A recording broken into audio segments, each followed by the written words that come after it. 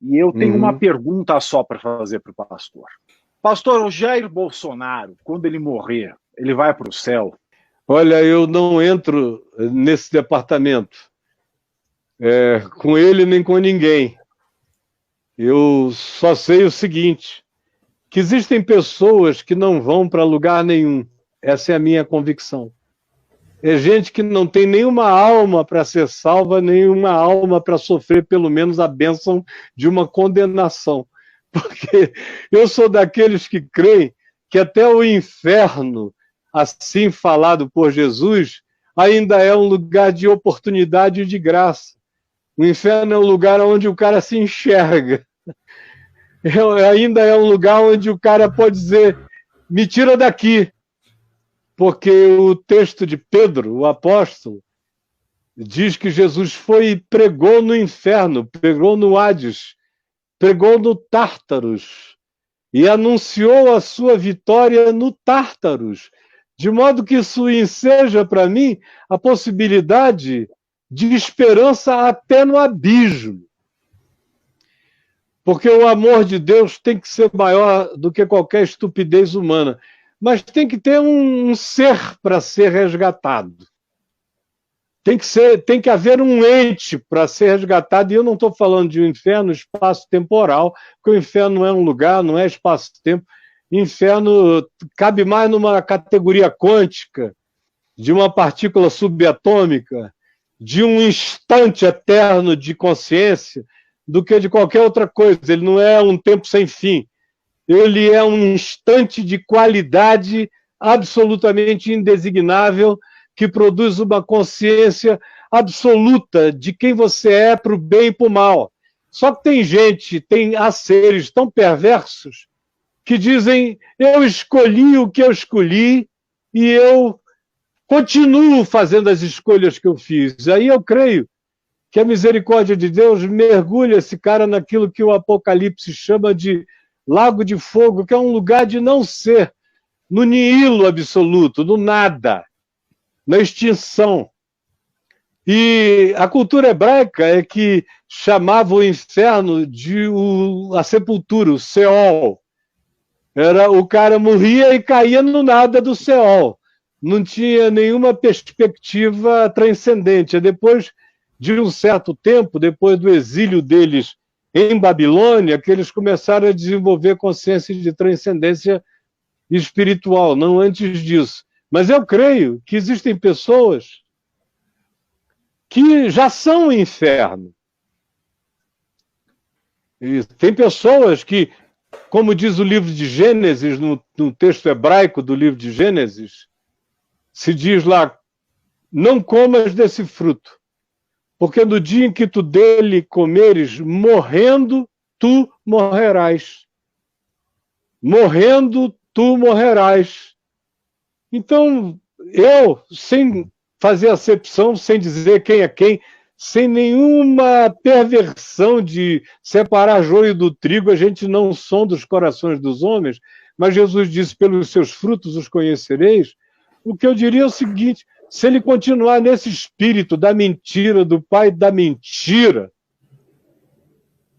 do espírito de ódio, de fomento do ódio, de uma sociedade de abismos, de separação, de inimigos e de inimizados, ele está dando o fruto daquilo que Jesus chamou em João 8, de um filho do diabo.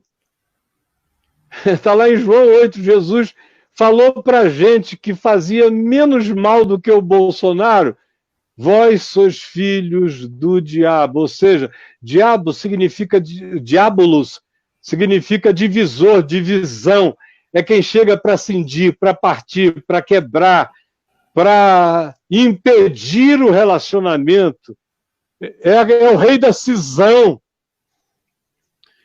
Aí isso parece muito com o espírito que a gente está assistindo aqui, e explicitamente os que são assim não herdam o reino da paz, o reino da compaixão, o reino da misericórdia que dura de eternidade a eternidade, não entram na dimensão do Deus que é amor. Então, ele que se julgue. No entanto, o fruto que ele dá me faz olhar para ele de uma maneira profundamente angustiada. Se alguém me dissesse o Bolsonaro morreu agora, o meu coração iria se encher de angústia. De angústia, porque eu não odeio ninguém, meu amigo. Eu perdoei o mundo e a existência há muito tempo. Eu tenho senso crítico, tento ser lúcido, entender o que está acontecendo, mas faço isso sem ódio. Digo com clareza, mas sem nenhuma torcida de morte. Toda a minha torcida é pela vida, é pelo arrependimento, é pela conversão, é pela mudança de pensamento, é pela metanoia. Quem me desse esse cara tivesse um pesadelo do tipo que Nabucodonosor teve lá na Bíblia e acordasse no dia seguinte apavorado, desesperado, pedindo compaixão porque ele é um louco, destruindo o mundo, destruindo a vida. Quem me dera! Mas o coitado está sendo validado com orações que abençoam a maldade dele todo dia. Então, a dificuldade de um homem que tem a sua maldade ungida e abençoada todo dia, quanto a vir a se enxergar, é muito grande e é muito ruim. Agora, a maioria dos gays que ele bota no inferno estarão no céu.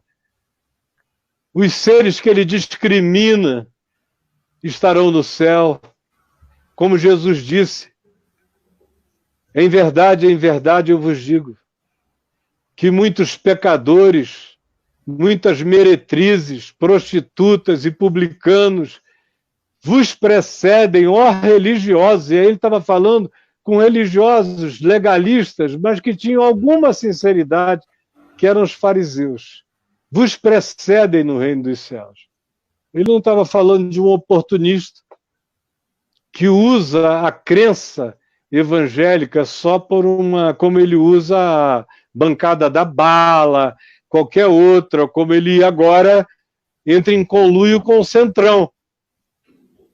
Como entraria com o diabo se der a ele garantia de permanência no poder e garantir que os filhos dele não serão tocados por nenhuma investigação de natureza fulminante.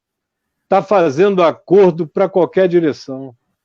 É o que eu penso, sinceramente, sem entrar em nenhuma dimensão escatológica, para além deste momento, que para mim já é escatológico demais, além de que é um momento absolutamente surreal.